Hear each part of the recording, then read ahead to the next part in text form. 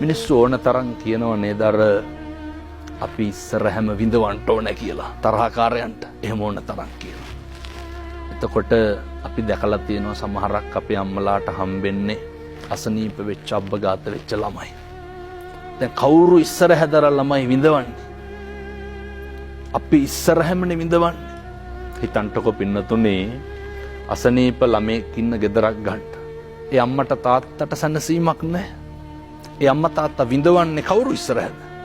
ළමයි ඉස්සරහ. ළමයා විඳවන්නේ කවුරු ඉස්සරහද? අම්මා තාත්තා ඉස්සරහ. සත්පුරුෂ පින්නතුනේ සංසාරේ කවදාවත් අදිෂ්ඨාන කරගන්න ඕනේ කිසි කෙනෙකුට තෝ කියලාවත් කතා කරන්න එපා.